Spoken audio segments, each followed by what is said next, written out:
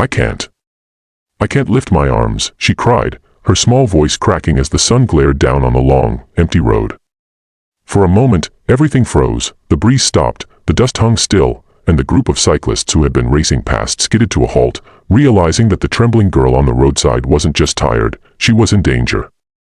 And what they did next would shake the entire town to its core. If you believe in kindness, second chances, and the power of humanity, please like, comment, share, and subscribe to Soul Moment Story. Your support helps keep these real, heart-touching stories alive. Under the bright heat of a late summer afternoon, the quiet town of Marview stretched across miles of farmland and winding rural roads. Cyclists often trained there because the terrain pushed their endurance, but rarely did anything out of the ordinary happen. That day, however, was different. Leading the group was Taryn Holt, a seasoned cyclist known in the area for his relentless focus. Behind him rode Mira Ansel, whose energy and optimism usually lit up the team.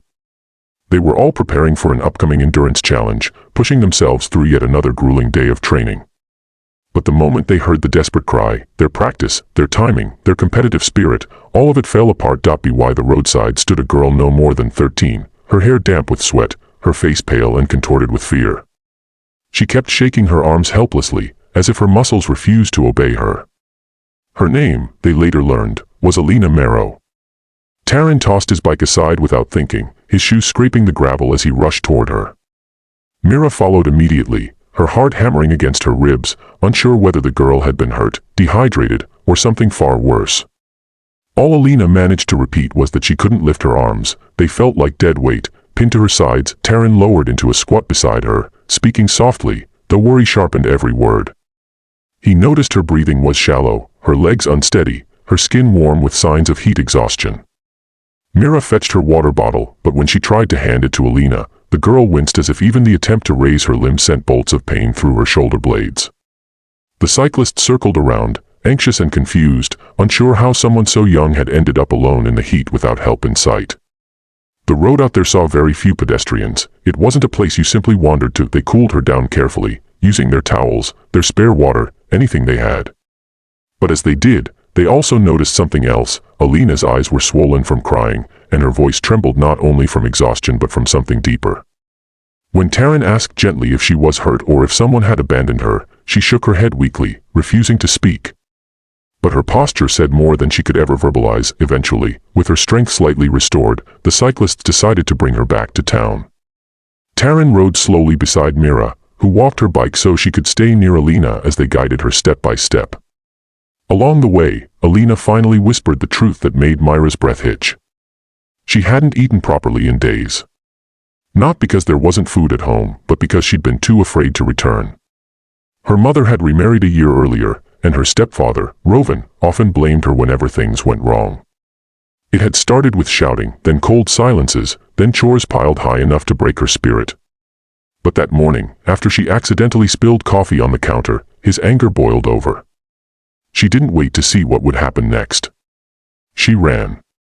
She ran until her legs gave out and her body collapsed under the weight of fear and the unforgiving heat. When they reached town, the cyclists brought her straight to the Marview Community Center, where medical volunteers were finishing a small weekend clinic. As the nurse examined Alina, she confirmed what Taryn had guessed: severe dehydration, overexertion, and extreme fatigue. But what worried everyone more were the emotional scars evident in the girl's trembling silence. The story spread quickly, not in a gossipy way, but with genuine concern. Marview was a close-knit community. When one person hurt, everyone felt the sting. A social worker named brink arrived shortly after, listening to Alina with gentle patience. Taryn and Mira remained nearby, giving her room but refusing to leave until they knew she was safe. Alina spoke more openly then, her voice fragile yet brave. She didn't hate her home, she just needed someone to care enough to see what was happening behind the walls she couldn't escape. Bryn assured her she wasn't alone anymore. The most shocking part came later, when Bryn visited Alina's mother. To everyone's disbelief, her mother broke down completely, admitting she hadn't realized how much Alina had been suffering. She had been so wrapped up in trying to hold her struggling marriage together that she didn't see her daughter slipping away emotionally.